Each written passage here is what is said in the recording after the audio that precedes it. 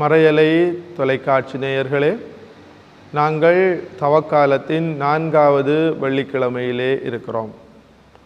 இன்றைய நாளிலே சிலுவை அத்தோடு சிலுவை பாதை இவற்றை பற்றி ஒரு சில கருத்துக்களை உங்களோடு பகிர்ந்து கொள்ள விரும்புகிறேன். நாங்கள் வணங்குகின்ற ஆராதிக்கின்ற திருச்சிலுவையானது நமக்கு இயேசுவினுடைய பாடுகள் மரணத்தை நமக்கு வெளிப்படுத்துகிறது.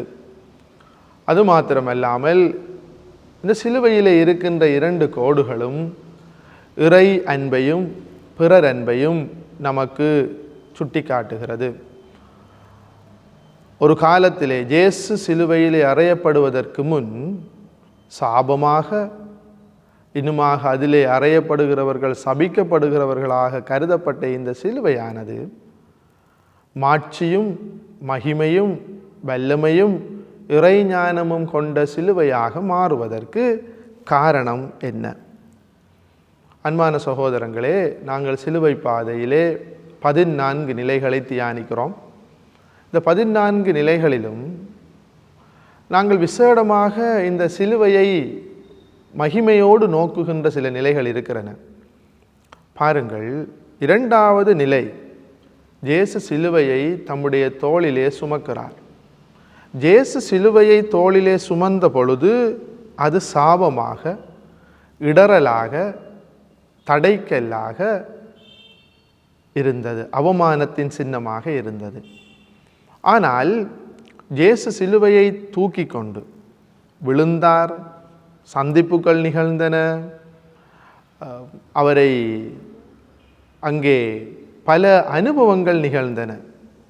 இந்த ஒவ்வொரு அனுபவங்களையும், அவமானமான அனுபவங்களை, வீழ்ச்சி, சந்திப்பு, இவ்வாறான அடிகள், குற்றீர்கள் என்று இவ்வாறான ஒவ்வொரு அனுபவங்களையும் இயேசு ஆசீர்வாதமாக மாற்றிக்கொண்டே சென்றார். இவர் ஆசீர்வாதமாக மாற்றிக்கொண்டு சென்ற இயேசுவை 12வது நிலையிலே சிலுவை தாங்குகிறது. 2வது நிலையிலே இயேசு சிலுவையை தாங்கினார், 12வது நிலையிலே சிலுவை இயேசுவை தாங்குகிறது. அது மட்டும் நிகழ்ந்த அவ்வளவு அவமானங்களையும் இயேசு பொறுமையோடு ஏற்றுக்கொண்டு இறையன்பும் பிறரன்பும் சங்கமிக்கின்ற அந்த சிலுவையிலே தான் ஒருங்கே இணைகிறார். அன்பான சகோதரங்களே, நம்முடைய வாழ்க்கையிலே வரக்கூடிய நாளாந்த சிலுவைகள், இவற்றை நாங்கள் ஏற்றுக்கொள்ளுகின்ற விதத்தில் தான் இந்த சிலுவை எனக்கு ஆசீர்வாதமானதாக அமைகிறதா, அல்லது இதனால் எனக்கு மீட்சி இருக்கிறதா, வீழ்ச்சி இருக்கிறதா என்பதை நானே தீர்மானித்து கொள்ளுகிறேன். இயேசு தன்னுடைய சிலுவை பாதை அனுபவங்கள் அனைத்திலும் வந்த ஒவ்வொரு விடயங்களையும் அவர் இறை அனுபவமாக மாற்றிக்கொண்டு சென்றார், பொறுமையோடு சகித்து கொண்டு சென்றார். ஆனால் அன்பின் நிமித்தம், இறையன்பின் நிமித்தமும் பிறரன்பின் நிமித்தமும் என்னுடைய வாழ்க்கையிலே நான் அனுபவிக்கின்ற துன்பங்களை, வேதனைகளை, சோதனைகளை, சவால்களை நான் ஏற்றுக்கொள்ள மறுக்கிற பொழுது இது எனக்கு மகிழ்ச்சியையும் விடுதலையையும் தருகிற சிலுவையாக மாறாது. இயேசு ஆண்டவர் அனைத்தையும் ஏற்றுக்கொண்டு தந்தையின் திருவிழப்படி நடந்ததனால் இவை அனைத்துமே மகிழ்ச்சியான அனுபவத்துக்குள்ளே அவரை இட்டு சென்றது. அவர் வாழ்வின் அர்த்தத்தை நமக்கு சொல்லி தந்தார். சிலுவை இயேசுவை தாங்கும் முன் அவமானமாக இருந்தது. சிலுவை இயேசுவை ஏற்றியதன் பின், தாங்கியதன் பின் அது ஆசீர்வாதமாக மாறியது. நம்முடைய வாழ்க்கையிலும் நாம் இயேசுவின் நிமித்தம், அன்பின் நிமித்தம், இறையன்பின் பிறரன்பின் நிமித்தம் சுமக்கின்ற சிலுவைகள் எல்லாமே நமக்கு விடுதலையை தரும். அது தவிர நாங்கள் எங்கள் மேல் தேவையற்ற உணர்வுகளுக்கு எங்களை அடிமைப்படுத்தி கொள்வதனால், அல்லது நாங்கள் சோதனைக்கு எங்களை விட்டு கொடுப்பதனால் எங்களுடைய உடலிலே வரக்கூடிய சுமைகள், பளுக்கள், இவற்றை நாங்கள்